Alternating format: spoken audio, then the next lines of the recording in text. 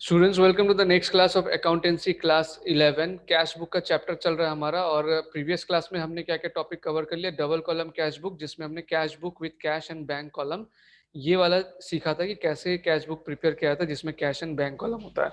ठीक है, तो आज की क्लास में हम लोग जो टॉपिक कवर करने वाले हैं वो एक बहुत ही इंपॉर्टेंट टॉपिक है, दैट इज पेटी कैश बुक। ठीक है, तो पेटी कैश बुक का मीनिंग समझाऊंगा, उसका क्या फॉर्मेट है इसके बारे में बताऊंगा, इसका नोट्स भी साथ साथ में करते जाना। ठीक है, तो सबसे पहले है टाइप्स ऑफ कैश बुक। इसका रिवीजन में फिर से करा देता हूँ, एवरी क्लास में कराता हूँ। टाइप्स ऑफ कैश बुक क्या क्या है? There are 4 types of cash book. Single column cash book, double column cash book.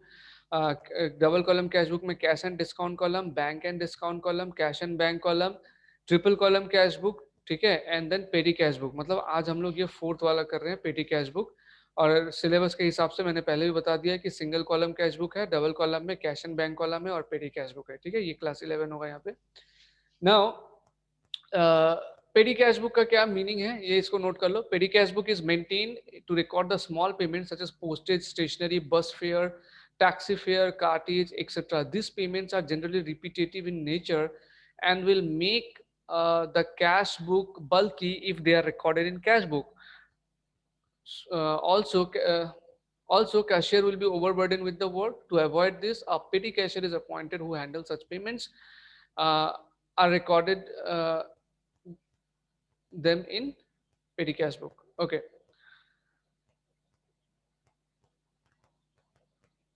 पेटी कैश बुक एक्चुअली क्या बोला है कि ये बिजनेस में जो है बहुत तरीके का पेमेंट्स होता है, बहुत लार्ज लार्ज पेमेंट्स भी होता है, ह्यूज पेमेंट भी होता है और बहुत छोटे छोटे पेमेंट्स भी होते हैं। छोटे छोटे पेमेंट किस तरीके का? लाइक स्टेशनरीज में खर्चा किया, 10 रुपए का पेन खरीद के लाया, स्टेशनरी एक जगह से दूसरे जगह एम्प्लॉयज को भेजा, बस फेयर, टैक्सी फेयर, ये सब जो है डे टू डे होते रहता है, कार्टेज एक्सेट्रा।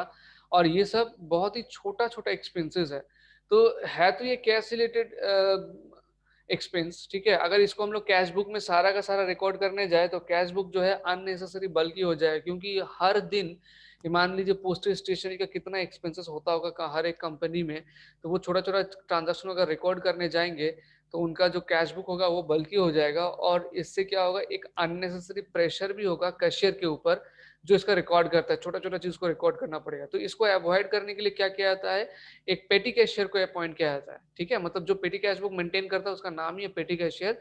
ठीक है, जो इस चीज को हैंडल करता है और इस payment such payments are recorded in petty cash book. जो इनको इसको हैंडल करता है और उस पेमेंट को क्या करता है, पेटी कैश बुक में अलग से एक पेटी कैश बुक मेंटेन किया जाता है। उस पेटी कैश बुक में जो है इसको मेंटेन करता है ये सारे छोटे छोटे ट्रांजैक्शन को। ठीक है, अल्टीमेटली बाद में वो किसको दे देता है, वो दे देता है मेन कैशियर को कि क्या क्या खर्चा हुआ है विथ प्रॉपर प्रूफ। ये जो है किसको सबमिट करता है, पेटी कैशियर मेन कैशियर को। ठीक है, मतलब मेन कैशियर के नीचे होता है पेटी कैशियर। पेटी कैशियर को जितना भी एक्सपेंस होता है उसका प्रूफ डॉक्यूमेंट्स वगैरह कैशियर को दिखाना पड़ता है उसका रिइंबर्समेंट लेने के लिए। तो इसको नोट कर लो डेफिनेशन को।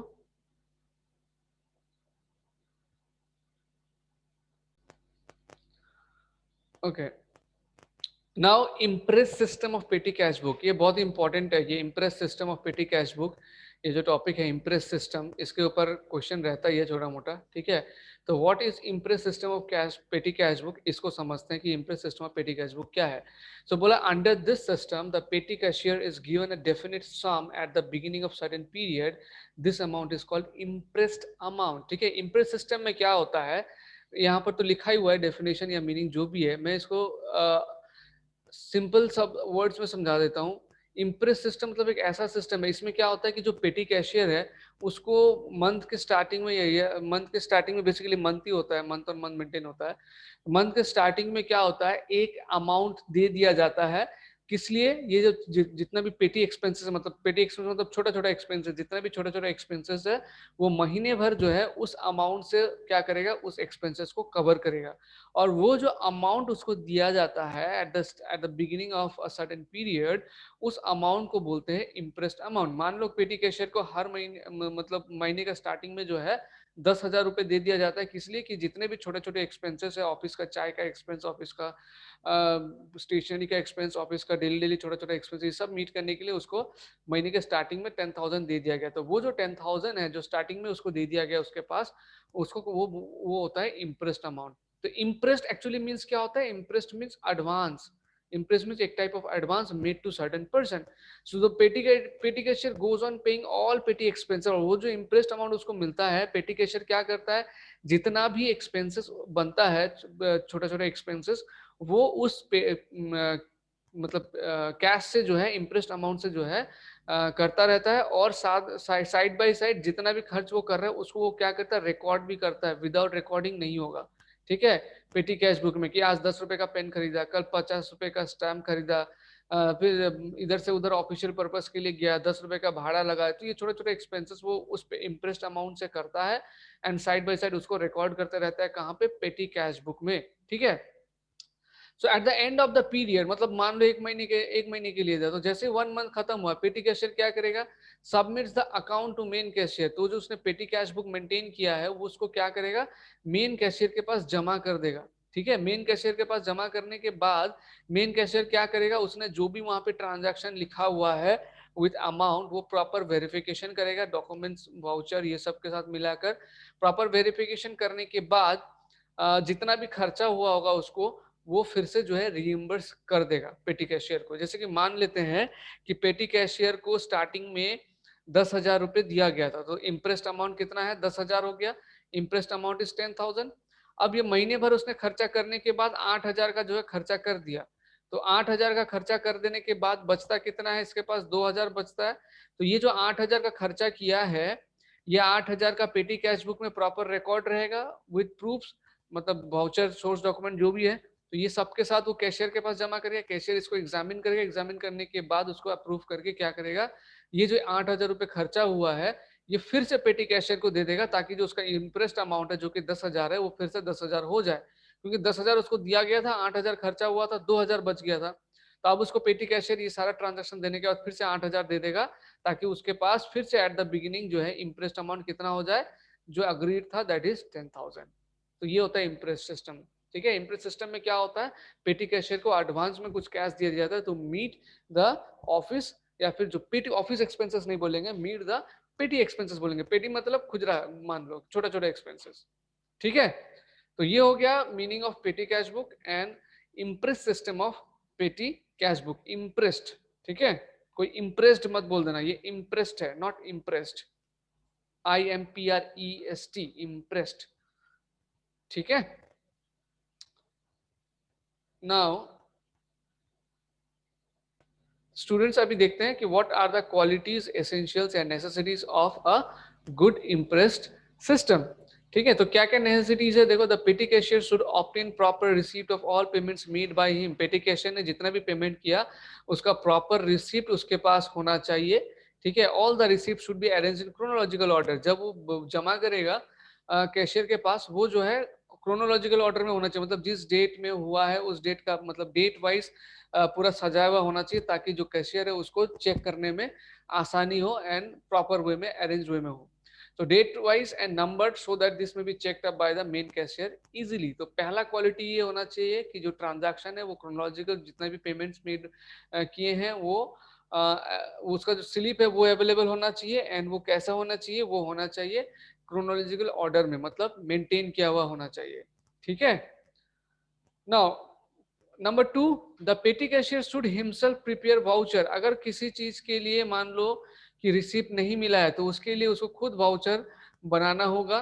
ठीक है. For those payment for which proper receipt can not be obtain. जिसके लिए प्रॉपर रिसीप्ट नहीं मिलेगा उसके लिए पेटी कैशियर को वाउचर बनाना पड़ेगा.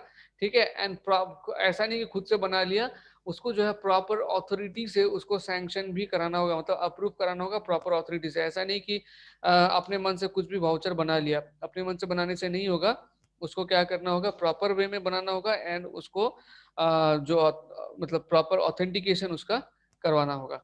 ठीक है. Next, there should be an upper limit of the amount of single payment by petty cashier. Upper limit मतलब वहां एक अमाउंट फिक्स होना चाहिए कि पेटी कैशियर कितना तक का मैक्सिमम एक्सपेंस कर सकता है एट अ टाइम. ठीक है.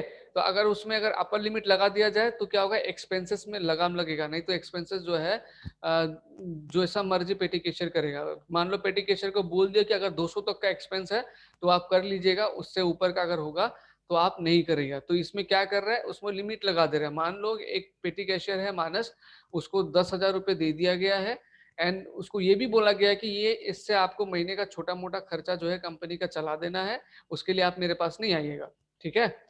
लेकिन उसके साथ साथ उसको ये भी बोल दिया गया कि हाँ, अगर एक्सपेंसेस 200 रुपए तक का है तो आप खुद से डिसाइड कर लीजिए, लेकिन उससे ज्यादा अगर है तो आपको हमसे पूछना होगा। तो ये हो गया क्या, उसमें एक लिमिट लगा दिया कि कितना तक का वो एक्सपेंस कर सकता है। समझ में आया? सो payment above the limit should be made by the cashier only. उससे ऊपर का पेमेंट अगर होगा, बड़ा पेमेंट अगर होगा, तो वो कौन करेगा? कैशियर ही करेगा। Number 4, petty cashier should get the reimbursement of the amounts paid by him only from the main cashier। ठीक है, जो भी को खर्च करेगा पूरे महीने भर में पेटी कैशियर, उसका रीइंबर्समेंट उसको सिर्फ मेन कैशियर से ही मिलना चाहिए, इधर उधर से नहीं मिलना, नहीं तो फिर कंफ्यूजन हो जाएगा या फिर हो सकता है कि कुछ घपला भी हो जाए, क्योंकि कैशियर से भी मिल रहा है, इधर उधर से भी ले रहा है, तो प्रॉब्लम हो जाएगा। तो उसको सिर्फ और सिर्फ वो जो पेटी कैशियर का जो कैश है वो किससे मिलना चाहिए रीइंबर्समेंट? वो सिर्फ और सिर्फ जो मेन कैशियर है उसी से मिलना चाहिए। Number 5, petty cashier should not be entitled to receive any cash coming from outside the business। petty cashier जो है उसको कोई भी ऐसा कैश नहीं मिलना चाहिए जो बिजनेस के बाहर से आ रहा हो, ठीक है, coming from outside the business. उसको कैश कहाँ से मिलना चाहिए? उसको कैश सिर्फ और सिर्फ मेन कैशियर से मिलना चाहिए, जो हमने पॉइंट नंबर 4 में ही डिस्कस कर लिया है। उसी का एक बोल सकते हो वर्जन है ये पॉइंट, कि इसको बिजनेस के बाहर से पैसा नहीं लेना चाहिए या नहीं मिलना चाहिए। उसको कहाँ से पैसा, उसको सिर्फ वो इम्प्रेस्ड अमाउंट मिलना चाहिए एंड उस इम्प्रेस अमाउंट का उसको मंथ एंड में जो है एक अकाउंट जमा करना होगा, कितना खर्चा हुआ, कहाँ खर्चा हुआ। Point number 6, the imprest amount should be show sufficient to cover the petty expenses for the month. अब मान लो कंपनी बहुत बड़ा है, ठीक है, लाखों करोड़ों का ट्रांजैक्शन होता है और इंटरेस्ट अमाउंट दे दिया 500 रुपए महीने का खर्चा जाने, तो ऐसा नहीं होना चाहिए। इट शुड बी क्या, इट शुड बी सफिशिएंट, ये सफिशिएंट होना चाहिए कंपनी को देखते हुए, to cover the petty expenses for the month. ऐसा नहीं कि मंथ के बीच में ही बार बार जाके मैं कैशियर से कैश ले रहा हूँ। एक बार में इंटरेस्ट अमाउंट ऐसा मिलना चाहिए जो कि सफिशियंट हो पूरा मंथ का जो पेटी एक्सपेंसेस है उसको कवर करने के लिए। ये क्या है? ये है पॉइंट नंबर 6। पॉइंट नंबर 6, ठीक है। तो this are some of the qualities of good imprest system. अगर 1 या 2 नंबर में आए और पूछे कि what is the quality of good imprest system, तो इसमें से 2-3 लिख सकते हो। अगर बड़ा बड़ा आंसर में आए तो सारा ही लिख देना, ठीक है।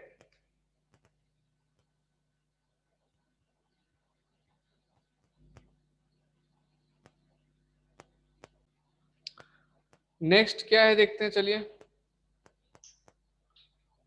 Advantages of imprest system. Now ये इम्प्रेस सिस्टम करने का एडवांटेजेस क्या है? हमने जब मीनिंग पढ़ा था उसी समय थोड़ा बहुत हमने जान लिया था कि क्या क्या एडवांटेजेस हो सकता है। तो फटाफट इसको नोट कीजिए, what are the advantages of imprest system. So control over misappropriation, ठीक है, कंट्रोल ओवर मिस अप्रोप्रिएशन मतलब अमाउंट का जो है मिस यूज करना या फिर यहाँ से गलत जगह पे इसका यूज करना, इसमें हम लोग इसको जो है कंट्रोल कर सकते हैं। फर्स्ट एडवांटेज, ठीक है। सेकेंड एडवांटेजेस क्या है? कंट्रोल ओवर पेटी एक्सपेंसेस। जो पेटी एक्सपेंसेस है, क्योंकि एक अलग ही कैशियर इसको मेंटेन कर रहा है, तो इसको क्लोजली मॉनिटर भी कर सकते हैं एंड इसको क्या कर सकते हैं, इसको जो है कंट्रोल भी कर सकते हैं कि ताकि ज्यादा खर्चा ना हो जाए, क्योंकि खर्चा जितना हम लोग मेंटेन करेंगे उतना अच्छा है बिजनेस के लिए। थर्ड क्या है? Control exercise by main cashier. इसमें भले ही पेटी कैशियर को अलग से दे दिया गया इंटरेस्ट अमाउंट एंड वो उसमें से खर्चा करेगा, लेकिन फिर भी मेन कैशियर जो है इसमें क्लोजली इसको मॉनिटर करता है और क्या करता है कि उसका जो भी ट्रांजैक्शन का जो भी अमाउंट उसमें एंट्री किया गया उसको वेरीफाई करता है with source documents and at the month and फिर से जो है वो इंटरेस्ट अमाउंट पेटी कैशियर को मिल जाता है। जैसे मैंने समझाया था कि 10,000 का है, उसको 8,000 खर्चा हो गया, तो सब कुछ उसने प्रॉपरली दिखा दिया, तो मंथ एंड में फिर से उसको वो 8,000 मिल जाता है। साथ साथ मेन कैशियर का एक कंट्रोल भी रहता है, वो चेक भी कर सकता है कि जो खर्चा है वो ट्रू है, मतलब सही से हुआ है या नहीं हुआ है। Then lesser chances of misuse of cash by petty cashier, ठीक है। ये इम्प्रेस सिस्टम होने की वजह से क्या होगा कि जो कैश का मिसयूज होने का चांसेस है वो बहुत कम है। क्यों? क्योंकि पेटी कैशियर को हर एक ट्रांजैक्शन का रिसिप्ट या फिर वाउचर दिखाना होगा। अगर रिसिप्ट है तो ठीक है, रिसिप्ट नहीं है तो उसको खुद से उसका वाउचर बनाना होगा एंड प्रॉपर अथॉरिटी से सैंक्शन कराना होगा। तो प्रॉपर अथॉरिटी से सैंक्शन कराने का मतलब क्या है? कोई गलत काम ले जाके तो वो सैंक्शन नहीं करा सकता। ऐसे मान लो 200 रुपए खुद समोसा खा लिया और एक वाउचर बना दे रहा है कि 200 रुपए का मैंने स्टेशनरी खरीदा, तो स्टेशनरी तो देख, जो सैंक्शन करेगा उसको, वो तो बोलेगा ना दिखाओ क्या स्टेशनरी खरीदा है। तो इसका मतलब क्या है, यहाँ पर जो लेस चांस है कैश का मिस यूज होने का। ठीक है। Now advantages to petty cashier, ये पेटी कैशियर के लिए भी एडवांटेजेस है। क्यों? क्योंकि पेटी कैशियर का जो लाइबिलिटी है, जो कैश पे करने का लाइबिलिटी है, वो उसको जितना लिमिट है, जितना इंप्रेस अमाउंट दिया है उससे ज्यादा कभी नहीं होता है। मतलब उसका, ये पेटी कैशियर के लिए ज्यादा क्या बोलते, ट्रबल क्रिएट करने वाला नहीं है, क्योंकि उसको थोड़ा सा ही अमाउंट हैंडल करना होगा, उसमें से जो भी पेमेंट करना है उसका ही हिसाब दे। जैसे मेन कैशियर का होता है कि बहुत सारा ट्रांजैक्शन उसको देखना होगा, हैंडल करना होगा। लेकिन एडवांटेजेस टू पेटी कैशियर किस तरीके से है कि पेटी कैशियर को ज्यादा इसमें कुछ खास वो नहीं करना होगा। उसका जो लाइबिलिटी होगा, उसको जो हिसाब समझाना होगा, वो सिर्फ उतने ही अमाउंट का समझाना होगा जितना उसको एज अ इंटरेस्ट अमाउंट दिया जाता है, या उसमें से जितना खर्च होता है। ठीक है। तो इस उस एंगल से, उस हिसाब से कह सकते हैं कि this is advantages to petty cashier. Now advantages of petty cash book, what are the advantages of petty cash book, ये भी लिख लो। नंबर वन है saving of time and effort of main cashier.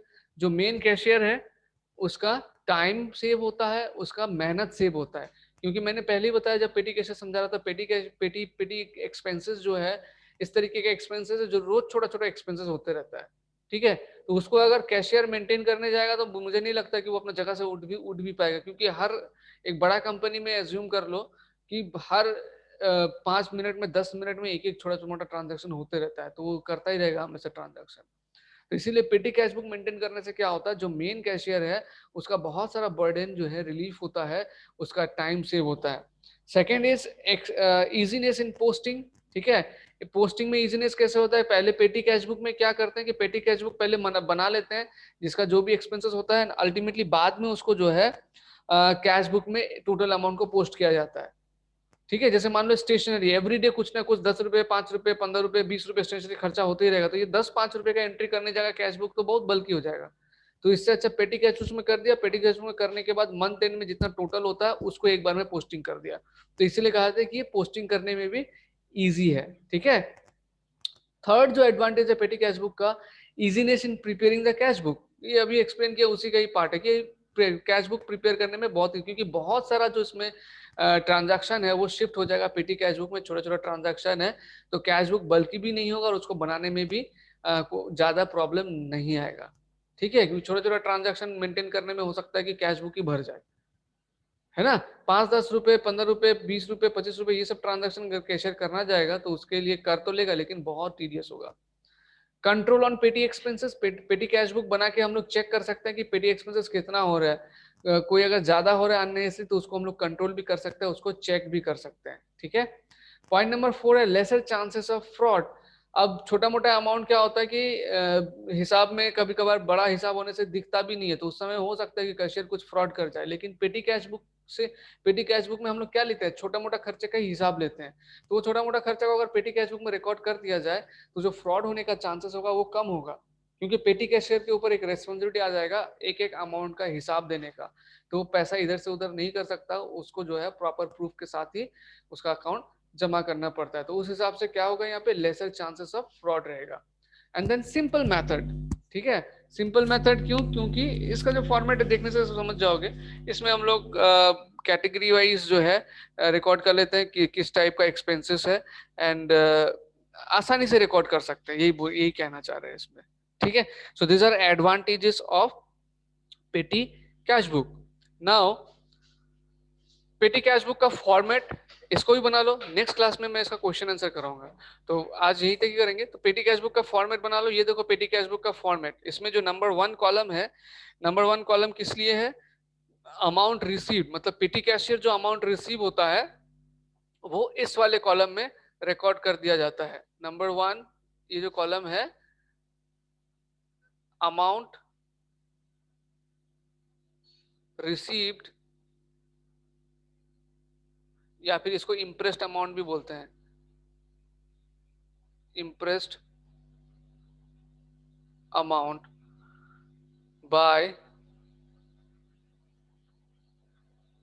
petty cashier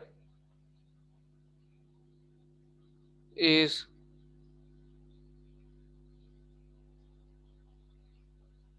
recorded here. Cash book folio इसमें क्या होगा? Number 2, page number of cash book, cash book का page number mention किया जाता है।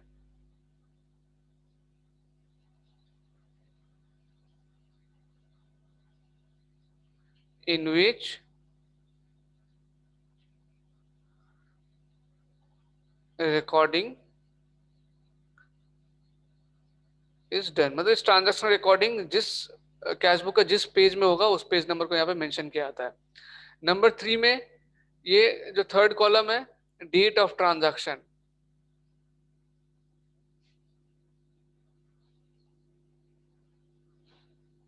ठीक है। नंबर 4 में जब जब हम लोग अमाउंट रिसीव करते हैं तो वो रिसीव का लिखते हैं, अदरवाइज मेनली यहाँ पर क्या होता है, एक्सपेंसेस का नाम यहाँ पे लिखा रहता है कि क्या क्या एक्सपेंसेस हुआ है। फिर वाउचर नंबर में सोर्स डॉक्यूमेंट का नंबर, नंबर 5 जो वाउचर नंबर है